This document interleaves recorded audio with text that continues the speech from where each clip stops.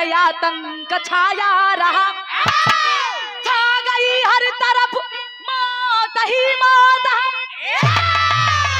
जंग में कूद लाखों बहादुर, यहाँ झूले फांसी का झूला।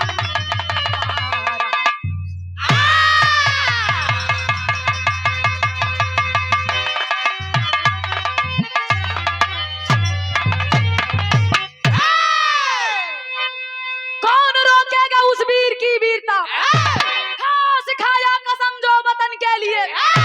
गोरी दुल्हन का शासन रहा देश में, घायल दूल्हा हुआ है चमन के लिए। चप्पे चप्पे में आतंक छाया रहा, छा गई हर तरफ मौत ही मौत है। जंग में कूदे लाखों बहादुर, यहाँ झूले फांसी का झूला ये जज्बा रहा। ए भैया, हिंदुस्तान के धरती पे बहुत बहादुर हुए जो अपनी मातृभूमि के लिए, जन्मभूमि के लिए, जन्मदायिनी के लिए, अपनी माँ के दूध का कर्ज अदा करने के लिए हंसते हंसते अपनी जान की कुर्बानी दे दी। ऐसे होते हैं हमारे देश के बहादुर जवान।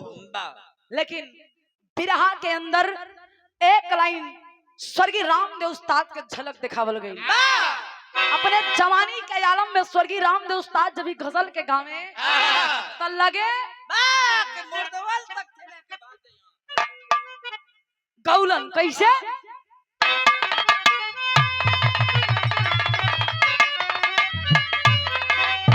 शाबाश।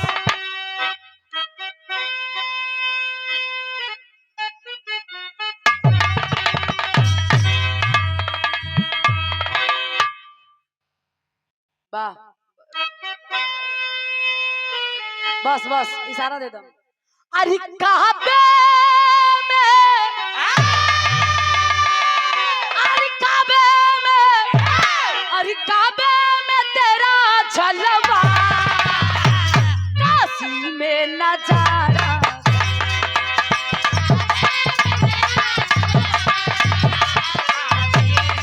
बहादुरी है।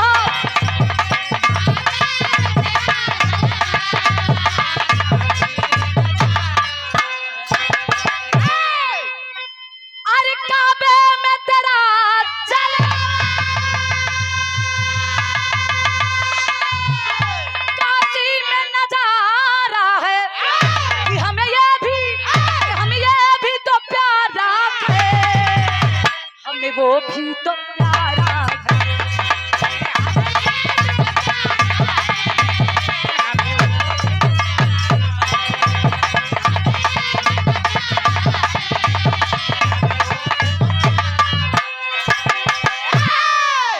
काबे में तेरा जलवा, काशी में नजारा है। अरे हमें ये भी तो प्यारा है, हमें वो भी तो प्यारा है।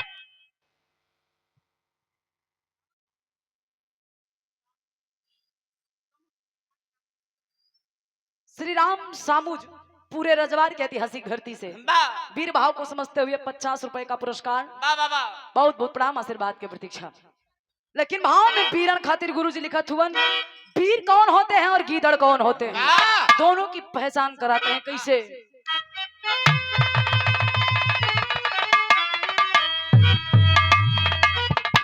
अरे टकराए, अरे टकराए क्या गीदड़, सब शेर दखाड़े।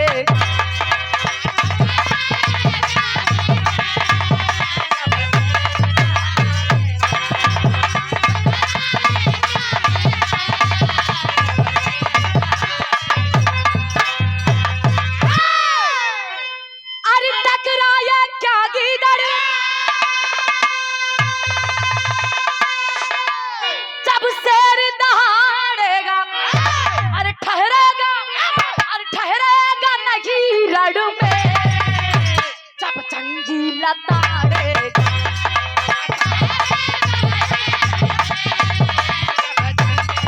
जियो जियो।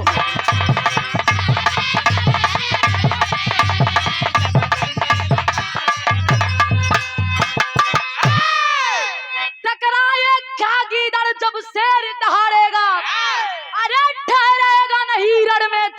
लंकी लताड़ेगा।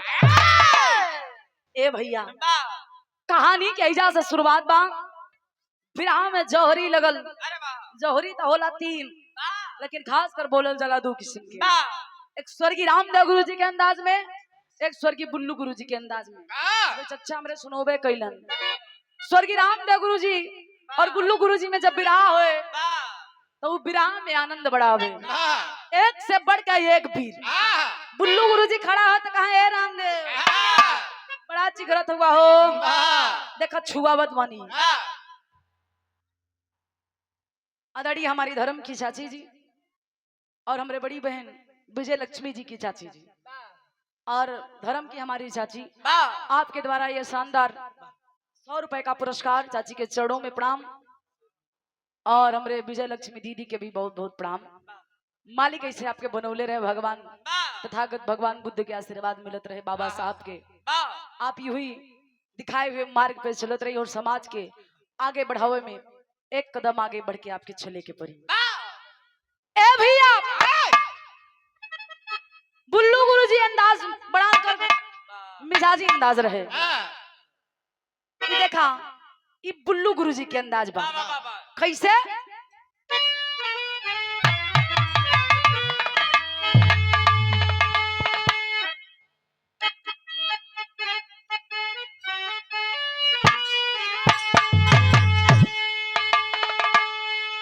कि डगलस भारत में आया जो करता था मनमानी, ढंग से रहता ना पाजी वो पीर बना अभिमानी।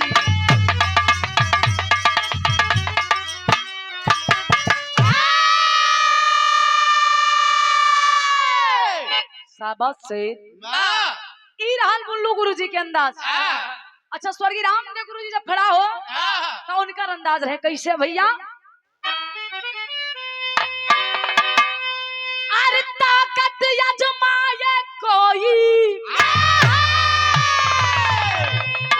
अब का भाई ऐसे ना होए भाई। अब कैसे होई। अरे बहादुर हेलो हेलो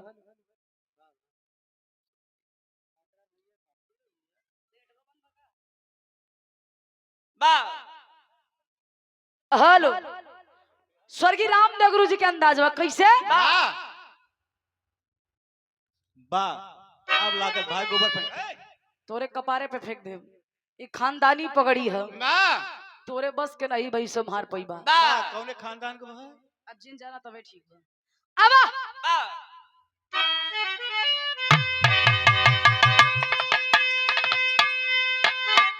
अरे ताकत यजमाए कोई भारत का जो था साली, लगता न अखाड़े ऊपर वो वीर बना अभिमानी। जंगल में हाथ मिलाए भारत का कोई बहादुर टकराएगा चौतरफा। लड़ने का मन भाया तू हाथ कोई मिलाया डगलस का नाम जमाता जो मिलवाया भरा नहीं कोई फरमान सुना जब जंगी बच्चन से कहा जाए अंदर से गया बनेन में या गर्दन कर ठिकाना भले रण में जो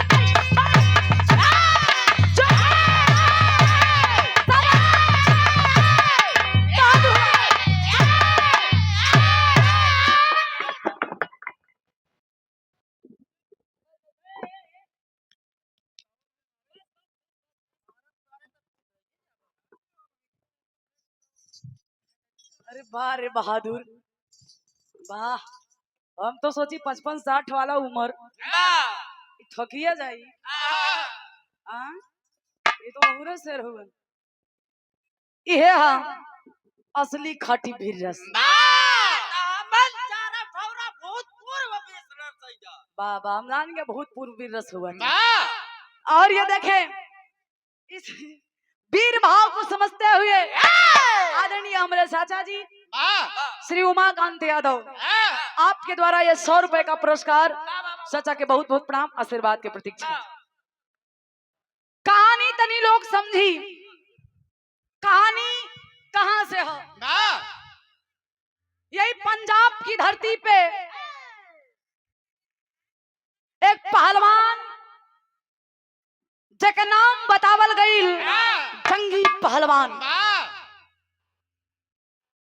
तैयारी करत हो कुश्ती लड़े के।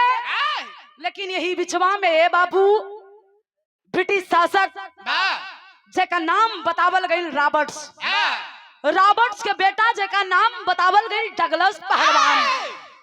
रॉबर्ट्स अपने बेटा डगलस पहलवान के भारत की धरती पे हिंदुस्तान की धरती पे लेकर आया। ऐलान कर दिया केहू का बाजू में ताकत जो हमरे बेटा के पंजा मिला ले और हमरे बेटा के मुकाबला आके अखाड़े में कर दे। बा कोनो के माई दूध पिलौले जो हमरे बेटवा से मुकाबला करी। ए बाबू इतने बतिया जब जंगी पहलवान सुनलन और आदरणीय हमारे गार्जियन देश के रक्षक हम सबको सुरक्षा देने वाले हमरे गार्जियन के द्वारा ये 201 रुपए का आशीर्वाद इस वीर भाव को समझते हुए बहुत बहुत प्रणाम आशीर्वाद की प्रतीक्षा। ए भैया आज खबर जब जंगी पहलवान के पत्नी को पता चलता है एक अंग्रेज अपने आप को बहुत बड़ा पहलवान समझने वाला डगलस पहलवान ऐलान कर रहा है चुनौती दे रहा है क्या कि कोई हमसे हाथ मिला ले और मेरे बेटे को जो हरा देगा उसे तमाम रुपए दे के डॉलर दे के सम्मान किया जाएगा। ए बाबू जंगी पहलवान की पत्नी जेका नाम कंचन बतावल गई। कंचन जाके अपने पिया से कहती है कि सैया आप तो बहुत बड़का पहलवान बनेला। अरे हमारे ही देश में एक अंग्रेजी आके ललकारा था काहे ना जाके ओकर पंजा से पंजा मिला के ओके धूल चटा दा और अपने आप के पहलवान समझेला। रोज एक झूठ ही लंगोटा सियावेला कैसन पहलवान हुआ हो तोरे शरीर में आग नहीं लगता। दुल्हनिया कहा था का कली भैया तरस लगी जियो जियो।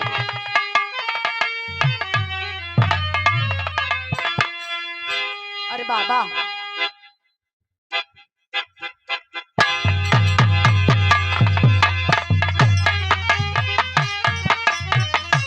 ओहो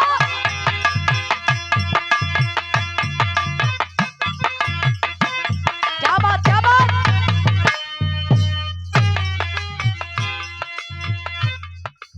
पटना से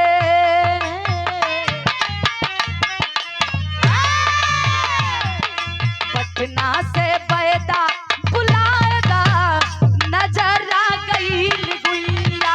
पटना से बैदा बुलाएगा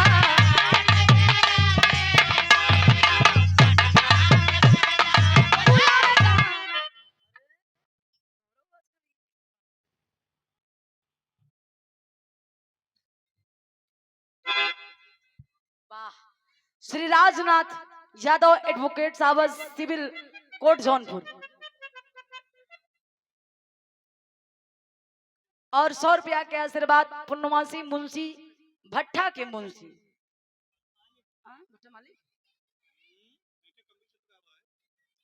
भट्टा मालिक हवन वो 100 रुपया ईटे कम बिचत है कंफ्यूजन में आई गए हमका लागत बा कम मिलत है इटवा कम निकलत बा। बहुत बहुत धन्यवाद बाबूजी के। एक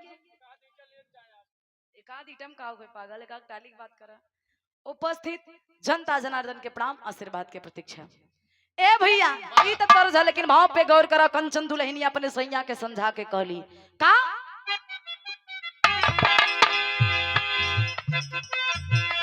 श्री सुधीर कुमार पूरे रजवार ऐतिहासिक धरती से 100 रुपया के आशीर्वाद।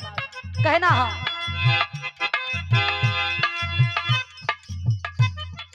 यद कुल के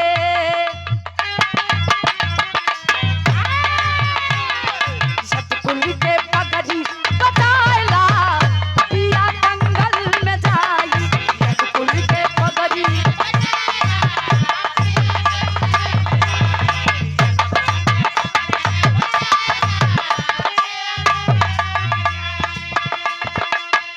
श्री राम मजोर वकील साहब पछाड़ी के ऐतिहासिक धरती से शानदार 100 रुपया के आशीर्वाद। बहुत बहुत प्रणाम। कॉलन का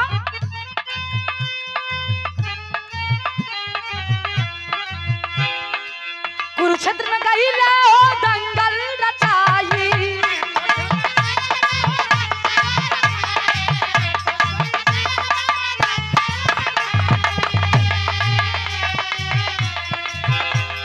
वसुधा सम्मान रखिया मुहा तू जाई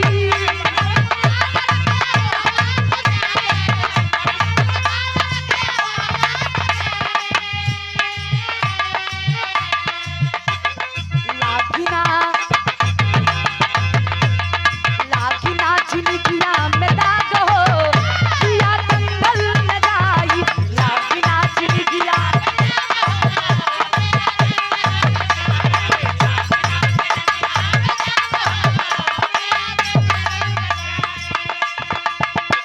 कंचन दुल्हनिया कलश के कुरुक्षेत्र में दंगल रखल गई था। जाके उ दंगल में भाग लेके डगलस से कुश्ती करके अपने भारत माता के इज्जत के मन मर्यादा के प्रतिष्ठा के बचाला।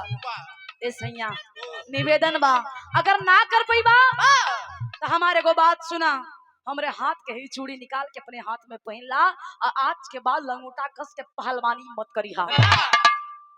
ए बाबू दुल्हन के बात जंगी पहलवान के करेजवा में लग गई।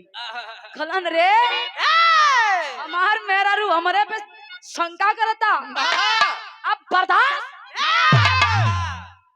जंगी पहलवान का सरे पगली तोर मरद हई तबो तोरे तो के शंका दुल्हनिया कला से यही तो शंका बा। सारी मर्दानगी जाके खड़े में दिखावा और तू घरे में इतना बखान लूटेला फलाने के जिता दे हरा देली ठिकाने के हरा देली। अरे जाके डगलस के हरावा तब जानब कि असली मर्द हुआ असली पहलवान हुआ ना तो आज के बाद हमरे सामने पहलवान शब्द मत निकली हा।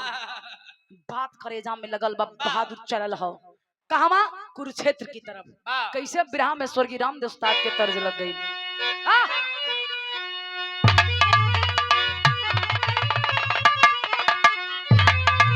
क्या बात शाबाश। ओहो कि पिया परदेसिया न भावे यंगनमा अरे बजरी बनली बा सजारिया हो मोरी उड़ी उड़ी जाली अजरिया जियो ये बहादुर बनके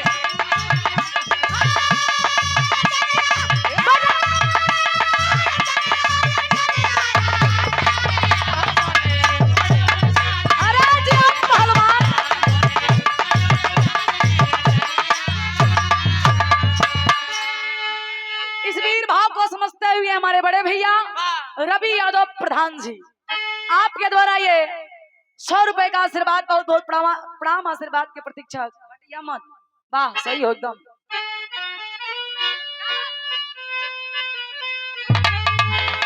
अरे षड्यंत्र दंगल में डगलस तब कइले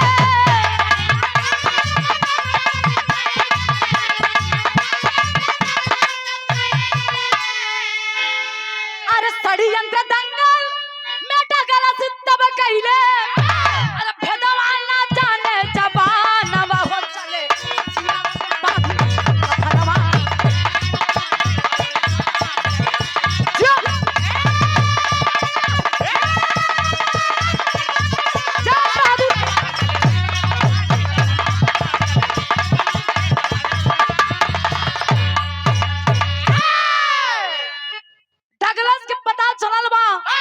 षड्यंत्र करत है का कैला सबस शोर भारी मचल देख मचल हाहाकार हो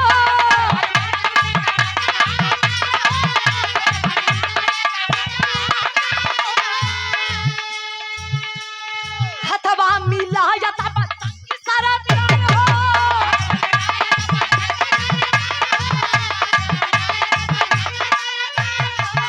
अरे त्राही त्राही मची गईला अब देखा चारुवरिया अरे कनिया के फूलल बगानवा हो चले सिरवा पे बांधी कफनवा अयो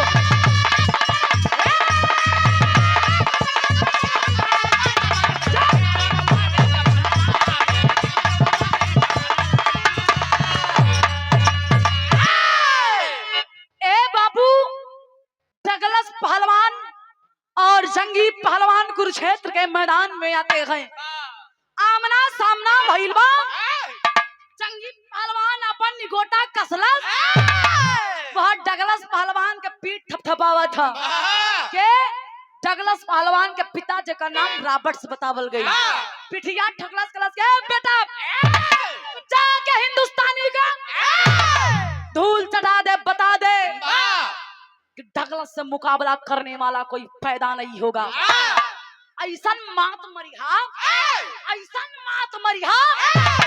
एक साथ पीढ़ी सोच के ओकर रूह कांप जाए बाबी कह के थपथपी दे के डगलस पहलवान के खाड़ा में उतार देलस यार जंगी पहलवान एक चुटकी मुठिया उठा के मटिया अपने कपरवा पे था पुतलस दुनिया पे लगौलस करस के कसम है इस मिट्टी की इस कमीने को अगर नहीं हराया तो अपनी गर्दन यही बीच अखाड़े में काट दूंगा कसम खा लिया बहादुर अखाड़े में कूद जाता है डगलस पहलवान जंगी पहलवान पंजा मिलौला कुश्ती चालू भइल बा दांव पे दांव लगा था यहाँ पटका पे पटकी भइल बा जंगी पहलवान उठा के थमलस नचावे लगल वही अखड़वा में कहलस के का हो पटकी थमले हा जय जयकार होकर बता गुरुजी भाव बदलला कैसे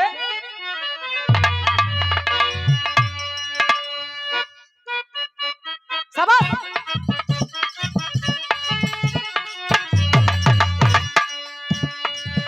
अपना केहू बचावैया यावा यावा दुर्गा मैया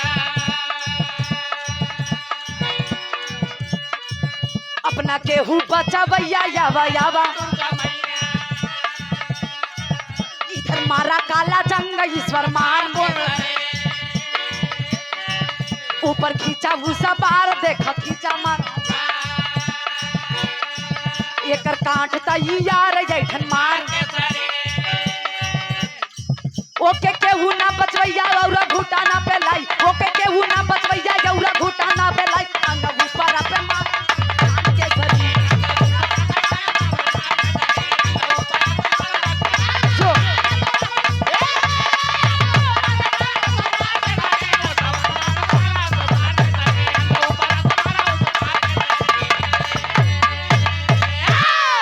जंगी पहलवान डगलस के ऊपर उठौला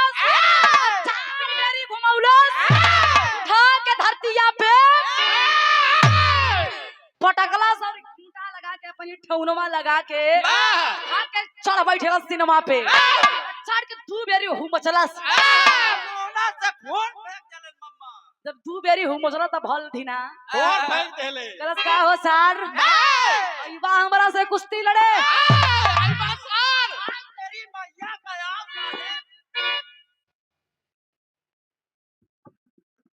अरे बारे जंगी पहलवान थाम के पीछे तक थाना ही बा ए भैया जंगी पहलवान जब दबलस खून फेंकला जय जयकार होए लगल वही कुरुक्षेत्र के मैदान में अलंबार जंगी देखा देला सरवन के कितना औकात बड़ा इनन के गुमान रही यार खबर बाबूजी रॉबर्ट्स के मिलल बा। रॉबर्ट्स आश्चर्यचकित हो जाता है, अरे हिंदुस्तान में इतना बड़ा बहादुर मेरे बेटे को हरा दिया। अगर ऐसा ही चलता रहा तो मेरी हुकूमत बंद हो जाएगी। एक चाल चलस। कवन चाल बाबू? मेरा में तरस लग गई।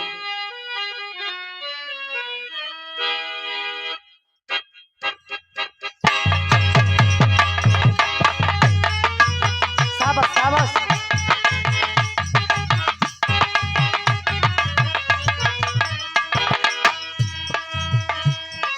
ओहो ये गीत हाँ सही हो। गंगा जी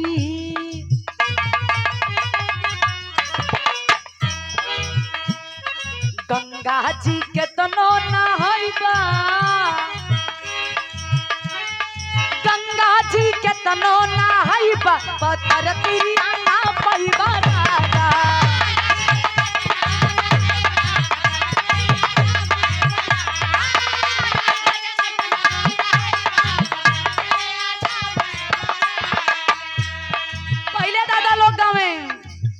होई पूरी तरकारी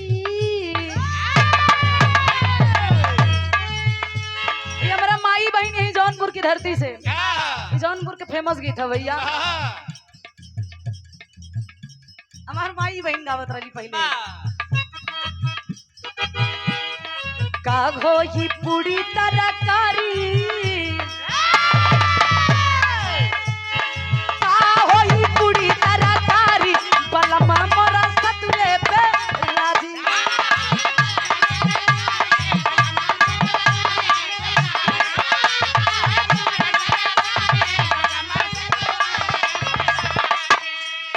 गेहुआ के बाल लईगा सुगना,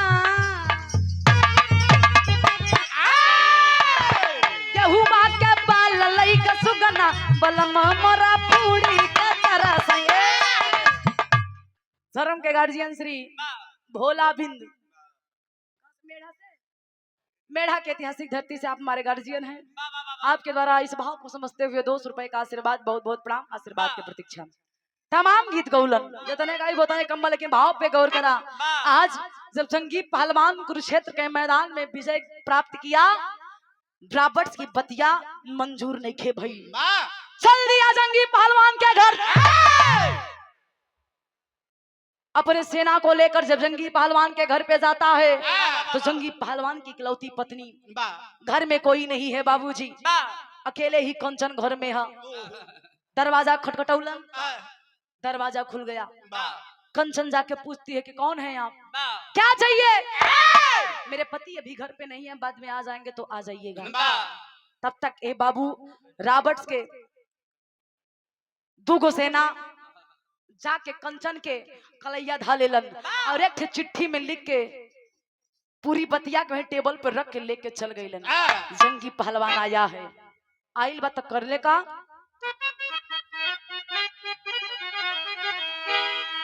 अरे कंचन के धई के कलैया, अरे कंचन के धई के कलैया मुदैया फरार होई गईले।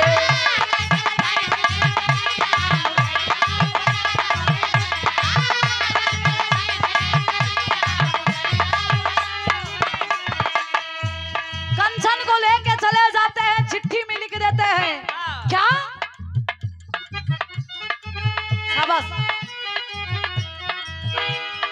पतिया में लिखले कोलाची में यही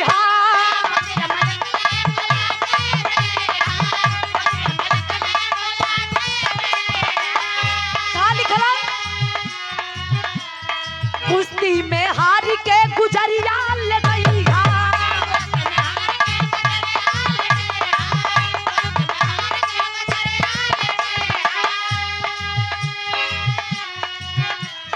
करिहाना कहुनो चतुरैया, करिहाना कहुनो चतुरैया मुदैया फरार होई गईले।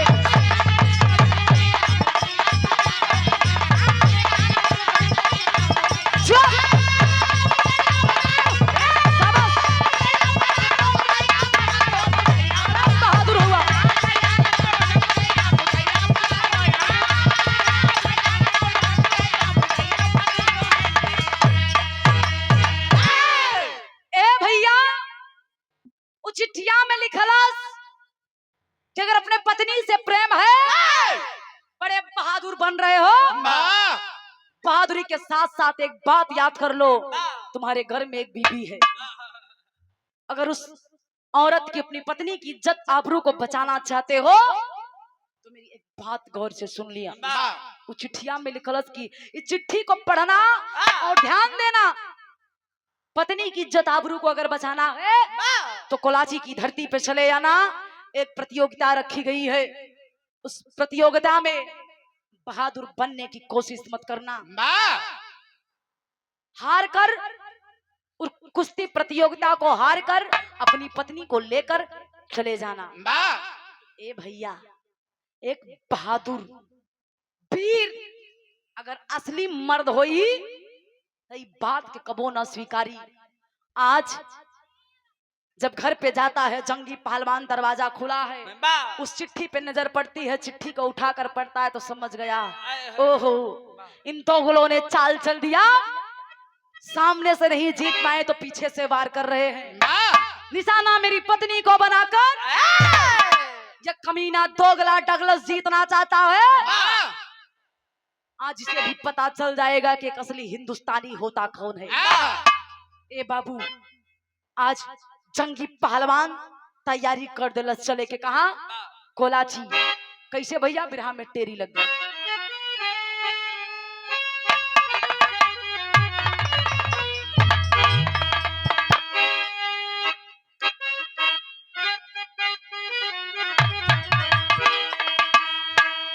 और कसम है वसुधा माई तोहरी, अरे कसम है वसुधा माई,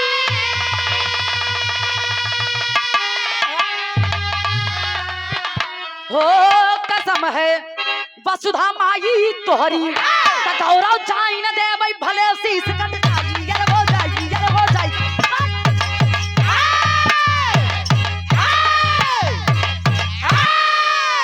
सही है, गौरव जाई न दे भाई भले शीश कट जाई, कसम है वसुधा माई तोहरी। कसम खा लिया, बहादुर चल देता है कोलाची की धरती पे। अब पहुंचता है तो चारों तरफ हाहाकार मची है। अरे वही डगलस, वही जंगी पहलवान जो कुरुक्षेत्र के मैदान में जंगी को हराकर, सॉरी डगलस को हराकर जंगी पहलवान विजयी हुआ। आज तक कुश्तिया में बड़ा आनंद आई, लाखों की संख्या जुटी है बाबू। तब भैल का तरज बदलत है।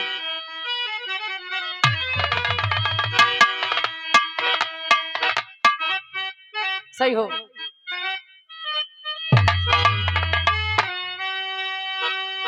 अरे माता हो ललनमा दैदा,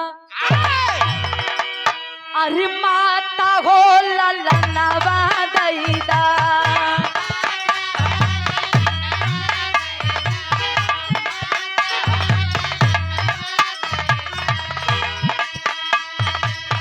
बघिनी हो बिरनवा दैदा,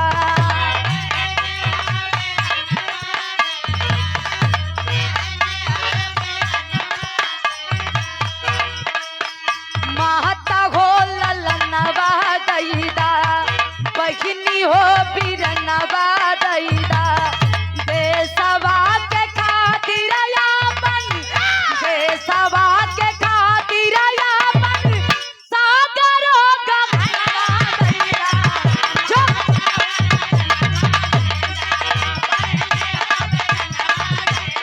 जो ये सही है, बढ़ गया।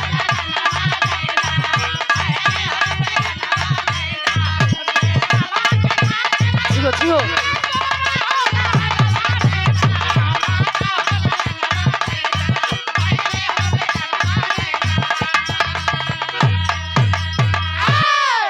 लेकिन जंगी सरदार पहलवान चला है कोलाची की धरती पर। करता क्या है?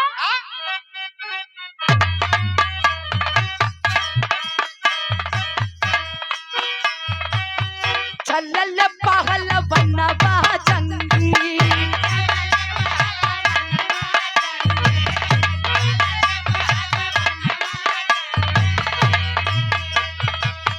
बांध के कफनवा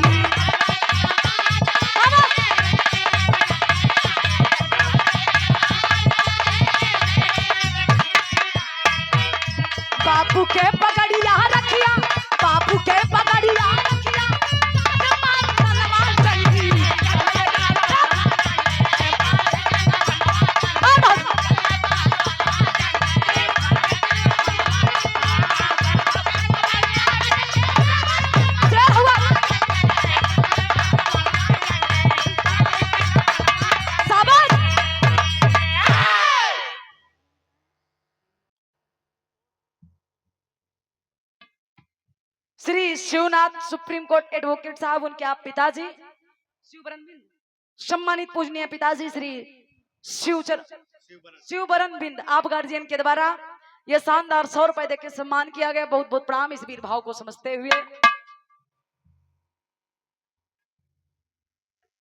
हमारे सूर्यवान चचा के सुपुत्र आयुष गौतम छोटे बाबू की तरफ से 50 रुपया का पुरस्कार। बहुत बहुत प्रणाम, आशीर्वाद की प्रतीक्षा। गौर करिएगा बाबूजी, जंगी पहलवान कोलाची के मैदान में पहुंच जाता है, हाहाकार मचने लगा। यहाँ डगलस कमीना जंगी पहलवान की दुल्हनिया के ले जाके अपने महलिया में साफ सफाई करवावत रहे। धीरे धीरे साफ सफाई करत करत बाबूजी ड्यूटी कंचन दुल्हनिया के लग कहाँ गई? कैद खाना की तरफ। जब कैद खाना की तरफ लगल तो कंचन दुल्हनिया कैद खनवा के साफ करत करत एक दिन एक कैदी से भेंट हो गई। श्री राम पलट यादव मेढ़ा की ऐतिहासिक पावन धरती से आप गार्जियन के द्वारा 100 रुपए का पुरस्कार। बहुत बहुत प्रणाम। और ये मुंबई की जो ये माया की नगरी कही जाती है, मुंबई की ऐतिहासिक धरती से ये रुपए नहीं आशीर्वाद है मेरे लिए। हमारे आकाश भैया के तरफ से ये शानदार 100 रुपया के आशीर्वाद। भगवान से यही कामना बा कि आपके कमाई में दिन दूना रात चौगुना तरक्की हो, ऐसे कमात रहा। माई बाप के और जनता जनार्दन की समाज के आशीर्वाद आपके ऊपर बनल रहे। ए बाबू, कंचन दुल्हनिया कैद खानवा के साफ करत करत एक कैदी से भेंट हो गई। 80-85 की उम्र रहल बाबूजी, शरीर पे चमड़ा के बजाय हड्डी का मात्र कंकाल बचा था। जाके पूछने लगती है कि बाबा, ए बाबा, कितना दिन से आप बंद हुआ, कमन दोस्त रहे आपके? वो वृद्ध पूछने लगता है कि बेटी क्या करोगी जानकर, मेरी तो 25-30 साल की उम्र यही बीत गई, क्या करोगी जानकर? कंचन दुल्हनिया कहा था कि ये बाबा बताइए ना, कितना दिन से कमीनन आपके बंद कैले हुए? वो वृद्ध बोलता है कि बेटी, मैं एक पहलवान हुआ करता था। एक बार कुश्ती प्रतियोगिता में इस रॉबर्ट्स को मैंने मात दिया। उसी भीड़ में जय जयकार होने के बजाय एक कमीना मुझे जबरी कैदी बनाकर इस कैद खाना में हमेशा हमेशा के लिए कैद कर दिया। बस मेरा यही दोस्त था कि मैं पहलवान था और ईमानदार पहलवान था। पूछने लगती है कि आपका घर कहाँ है, कहाँ के आप निवासी हैं? वो वृद्ध बताता है कि बेटी मेरा घर पंजाब था। पंजाब? कंचन पूछते हैं कि पंजाब में? कहते हैं हाँ। आपके परिवार में कौन कौन है? वो वृद्ध कहता है कि मेरा एक बेटा था और मेरी पत्नी। तब तक कंचन की निगाह बुढ़वा के सिनेमा पे पड़ल। फटा कपड़ा, शरीर पे पतली सी बनियाइन, वो भी फटी हुई। जब सीने पे पड़ती है बाबूजी एक टैटू छुपा था। वो त्रिशूल का निशान दिखती है। कहती कि बाबा ये त्रिशूल का निशान आपके शरीर पे कैसे? कहते हैं कि ये खानदानी निशानी है मेरी। ये निशान मेरे ऊपर है और एक मेरे पिताजी मेरे सीने पे छपवाए थे, उनके भी सीने पे था त्रिशूल का निशान था। और मैंने अपने 1 साल के बेटे के सीने पे मैंने निशान को छपवाया। ये मेरी धरोहर है। तब तक तो बाबूजी कंचन दुल्हनिया अवाक रह गई। अरे बाबू, आपके बेटवा के सीना पे त्रिशूल के निशान बाना? खला हाँ। खले अरे बाबू, अरे वही बेटा के अभागी पत्नी हम बानी, जेके कैदी बना के कमीनन हमके ला के झाड़ू पोछा करवावत हुआ। आपके बेटवा के नाम जानते हुआ कहा? कलन का कलन जंगी। तब तक तो बड़ऊ के आंख से आंसू गिरे लगल बाबू। कलन की बेटी तू हमार बहू हऊ, ई कमीनन तो के काहे कैदी बनौलन? ए बाबू, कंचन दुल्हनिया कलश की पिताजी खा बताई अभागन मानी। आंख से बाबूजी झरझर आंसू बहता। रोवत बकलस के अपने मांग के सिंदूर के हम बचा ना पोली। हमारा ही काला से आपकी तरह आपका बेटा भी बहादुर है, पहलवान है। जाके एक और बेटा रॉबर्ट्स के बेटा डगलस, वो भी पहलवान है बाबू। जाके कुश्तिया में पंजाब के कुरुक्षेत्र में कुश्ती रखल रहे, वहीं भेज देली। वो कुश्तिया में जाके कमीना के हरा देलन। कमीनन ओके हार नाम मंजूर भई, यही तक काल बन गई। हमके कैदी बनौले हुवन, लेकिन कमीनन अबे बाज ना आइलन। एक शर्तिया रखले हुवन, हमके सुने में आवत बा आज यही कराची के धरती पे एक ठे कुश्ती प्रतियोगिता बा। वो कुश्ती प्रतियोगिता में एक शर्त बा कि कमीना जीती और हमार सैया याद के बेटा के हरा के हमरा बदला में लौटा दे। आग लगल बा बुढ़वा के, कहता है बेटी कैसे भी करके मुझे इस कैद खाने से आजाद कर, इस कमीने को मैं बताऊंगा। मौका पाके बाबूजी आज कंचन दुल्हनिया चबिया से तलवा खुल्लस और बुढ़वा बाप के लेकर चुपके से पीछे के गेट से निकल जाती है, पहुंच जाती मैदान में। जब मैदान में पहुंचा ले बाबू, जंगी पहलवान अखाड़े में कूदा है, मटिया के शरीरिया में लगावा था। तब तक बुढ़वा बाप के निगाह हुई सिनेमा पे त्रिशूल पे पड़ल, जो बचपन में त्रिशूल के छपौले रहलन। आग से बाबूजी झरझर झरझर आंसू बहावे लगलन। 1 साल के बेटों को छोड़कर गए थे, आज पट्ठा जवान हुआ है। देख के बाबू के खुशी के मारे आंख से आंसू गिरे लगल। आवाज लगा दिए, बेटा चुका ले अपने बाप का बदला, मार दे इस साले कमीने को।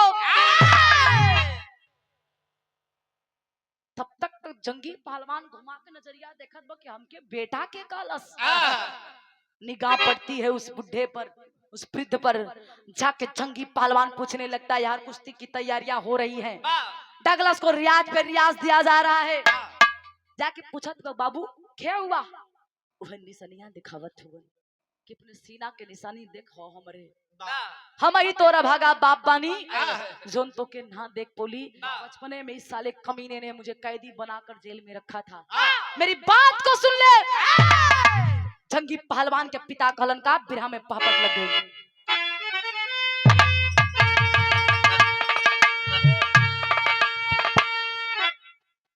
कहलन आंख से आंसू बहत है, लेकिन शरीर में हड्डी मात्र बचल बा। लेकिन ललकार के बहादुर कहता है क्या, अरे बाबू रोमई अपने गले लगाई हमारा बचावा हो। अरे बाबू रोमई अपने गले से लगाई हमारे बचावा हो। ये कर बाप कमीना दिल बताई हमारे बचवा हो।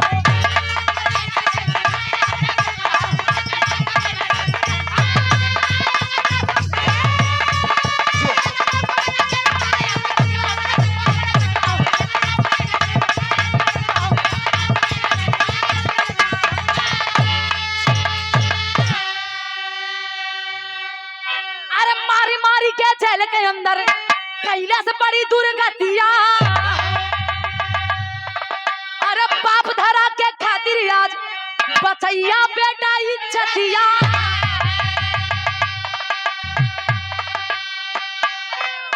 अरे गर्दन देवा बाजी के झुकाई हमारे बचावा हो। तो वतन के खातिर भले प्राण चली जाई हमारे बचावा। बुढ़वा बाप कहलन कि बेटा अपने बाप के इज्जत के अपने बाप के बदला चुकी, हाँ, और धरती माता के आज हमरे ही धरती पे खड़ा होके कमीना हमरे ही के ललकारत बा। जानत हुआ बेटा 1 साल के रहला उ मेला में जब कुश्ती भइल, वे कुश्तिया में जब एक बाप से हम जीतली तो हमके कमीना ले जाके जेल में बंद कर देला। 1 साल के रहला तो के छोड़ के हम चल गईली। नहीं पता बा कि तोहार लालन पालन कैसे भइल। ए बेटा अपने बाप के बदला चुकाला, कमीना के सर काट के हमरे चरण में धर दा। ए बाबू जंगी पहलवान अपने पिता के करेजा से लगा के कलश के पिताजी बस आपके चरण के धूली हमरा के चाहिए, आपके आशीर्वाद के जरूरत बा।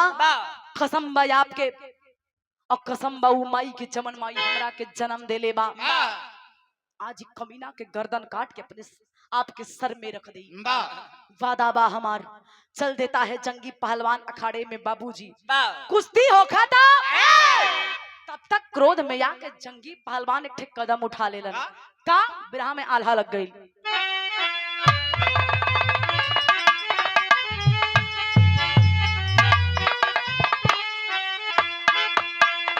बस ओहो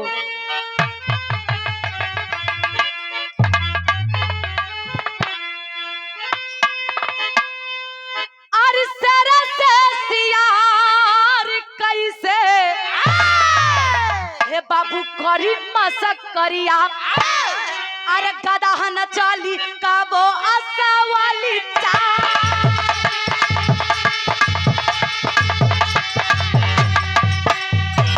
अरे ढाका लस के छातिया पे जंगी चढ़ी गई रे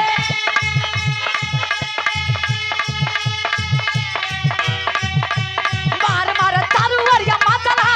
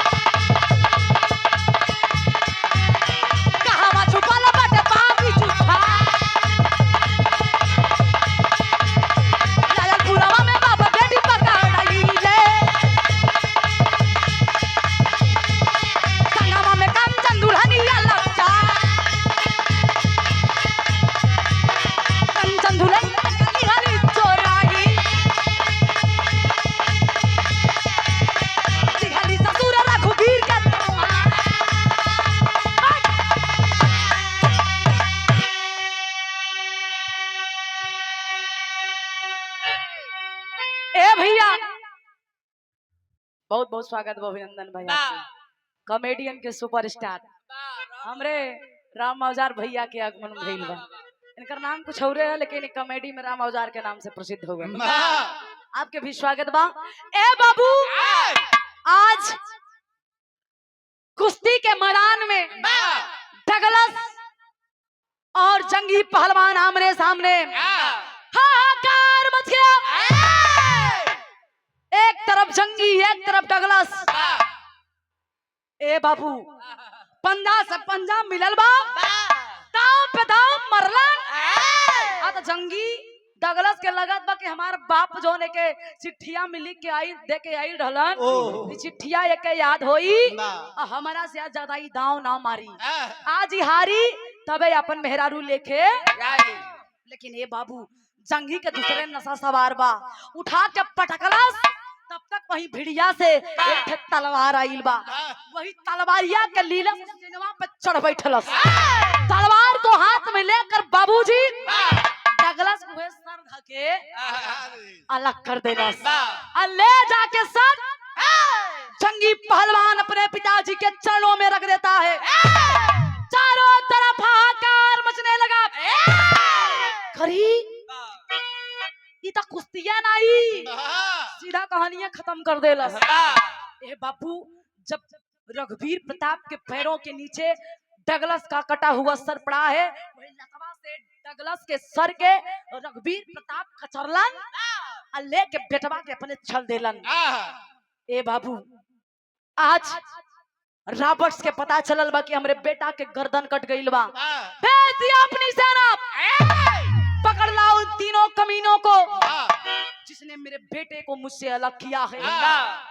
ए भाग के बाबूजी तीनों जन पकड़लन कहा लायलपुर में जेके आज लाहौर के नाम से लोग जाने लन। लायलपुर में जब बाप बेटा बहू पकड़ाई हुवन तो ये रॉबर्ट्स कमीना जज की कुर्सी पे बैठ के ऐलान कर देता है, आज इन तीनों हिंदुस्तानियों को बीच चौराहे पे फांसी होगी और सभी से अनुरोध है कि सभी चौराहे पे इकट्ठा हो जाएं। अच्छा ई इकट्ठा काहे करत रहलस?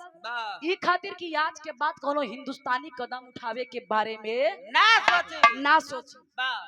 अच्छा एकर मौत बस फंसिए नहीं रहत, ई कमीनन जब केहू हिंदुस्तानी के फांसी दे तो उ लाश के वहीं बीच चौराहे पे टांग दे, चील कौए के हवाले कर दे, ना उनके अंतिम संस्कार करे ना उनके दफन करे दे।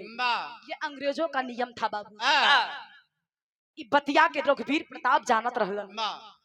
वह समय कंचन दुल्हनिया एक ठे चालाकी कैले रही। जब अंग्रेज के जेल से निकलत रहली तब एक ठे पिस्तौल पे ओकर निगाह पड़ल, वही मेज पे रखी थी पिस्तौल, चुपके से जाके आंचल के नीचे अपने छुपा लेती है।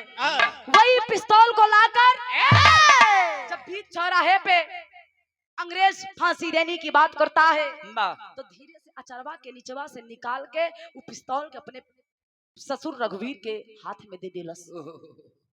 रघुवीर प्रताप समझ गया कि अब हमारी जान नहीं बचेगी, इस कमीने के हाथ से मरना तय है, इसके हाथ से मरने के बजाय हम क्यों ना अपनी ही जान ले लें। गीदड़ की भांति नहीं, हम शेर की भांति मरना चाहते हैं। बारे वीर रघुवीर प्रताप जैसा पहलवान, जंगी पहलवान जैसा वीर इस धरती पर तो बहुत होंगे, लेकिन जंगी और रघुवीर प्रताप कोई नहीं हो सकता। रघुवीर प्रताप पिस्तौल लेके कैलन का, उस पिस्तौल में मात्र 4 गोली रहल, निशाना बनौलन के ब्याह के खड़ी में कहना पड़ा।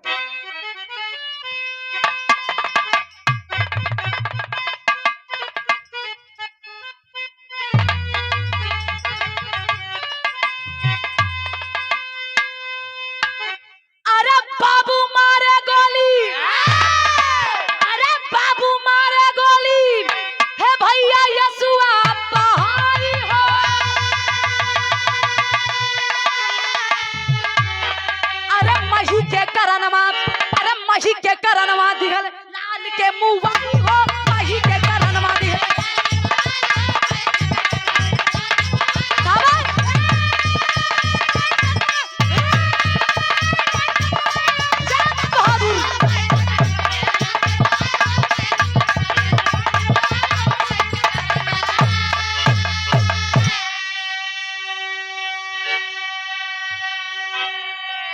अरे पहली गोली अपने बेटा पे चलाई,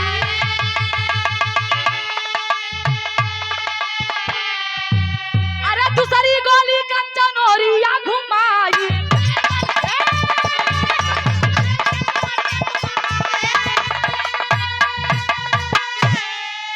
अरे तीसरी गोली अरे रॉबर्ट्स के मारे तीसरी गोली चलाई हो।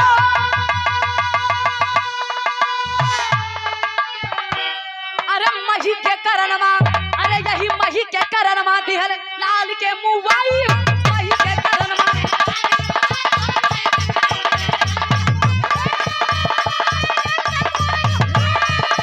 शाबाश जिया शेर भारत पहलवान।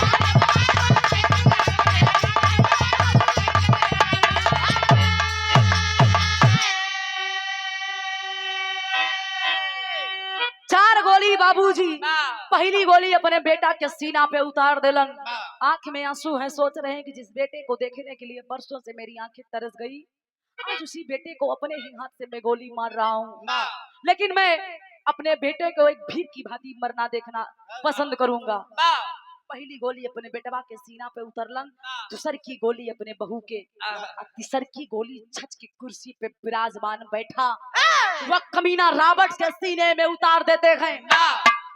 चौथी गोली जो बचल रहे कहलन, तीनों के मार दिली तो हम जी के का करब। ए बाबू रघुवीर प्रताप अपने कनपटी पे चौथी गोली सटौलन, कैलन का अरे चौथी गोली अपने कनपटिया पे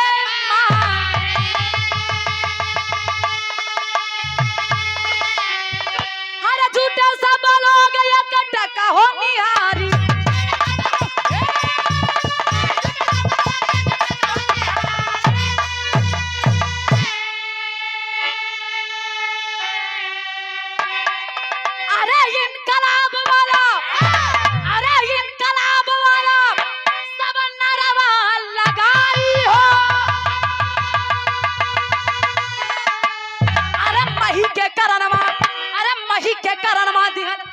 के मुआई हो वही के करनवा।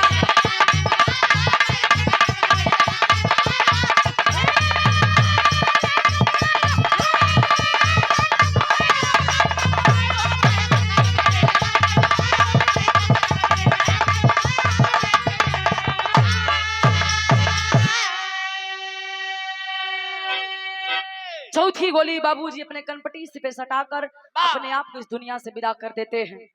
हे बाबूजी, ऐसे धन्य हैं हमारे हिंदुस्तान के वीर। कितने वीर ऐसे हुए जिनकी गाथाएं इतिहास के पन्नों में नहीं लिखी गई। इसी जौनपुर की ऐतिहासिक धरती से एक वीर, यही मछली शहर का एक वीर हुआ जो अंग्रेजों से लड़ने का काम किया, अपने समाज की बहन बेटियों की इज्जत बचाने के लिए अपने जान की कुर्बानी दे दिया। उस वीर का नाम आज भी इतिहास के पन्नों से मिटाया गया। क्यों? वो दलित समाज का था, बहुजन समाज का था। शायद आप लोग नाम जानते हैं, उसका नाम था वीर बांके चमार। जाके इतिहास उठाकर पढ़ लीजिए, कहीं भी उनका नाम दर्ज नहीं है। सोचिए क्यों? उसने भी लड़ाई लड़ी, अंग्रेजों के खिलाफ लड़ी, लेकिन कहीं भी इतिहास के पन्नों में बांके चमार की चर्चा नहीं है। इसीलिए जब हमारा समाज शिक्षित हुआ, तब धीरे धीरे हमारी कहानियां हमें मिलती जा रही हैं। अभी कितने ऐसे वीर हैं जो अंग्रेजों से लड़ने का काम किए। अपने समाज को जागना होगा, जागरूक होना होगा, खोजना पड़ेगा उन वीरों का इतिहास जो हमारे और आपके लिए अपनी जान की कुर्बानी दे दिए। अंतिम और आखिरी में कहना पड़ा,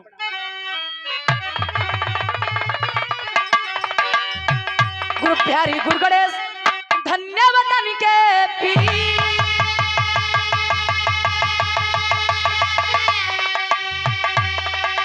अरे स्वर्ग से चंद्रिका राम रो उठे गया के वीर हो।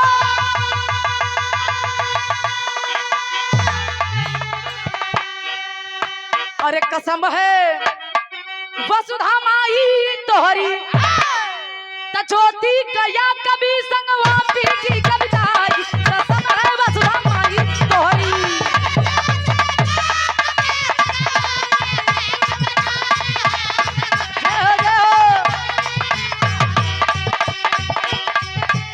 जय जय जिया जिया, बस बस लगी रहे, लगी रहे।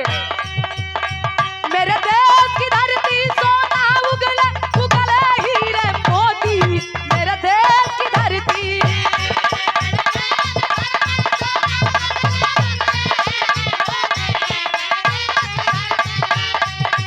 हमरे विजय लक्ष्मी जैसन दीदी आज समाज में बढ़ चढ़ के हिस्सा ले रही।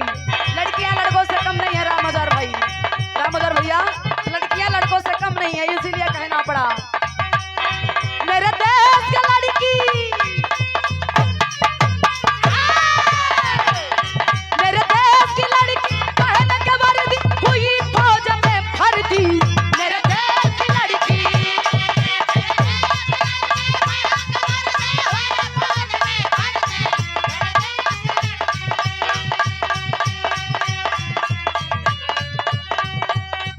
बहुत बहुत धन्यवाद।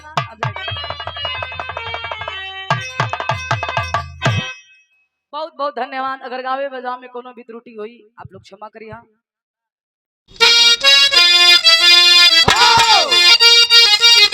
Hey!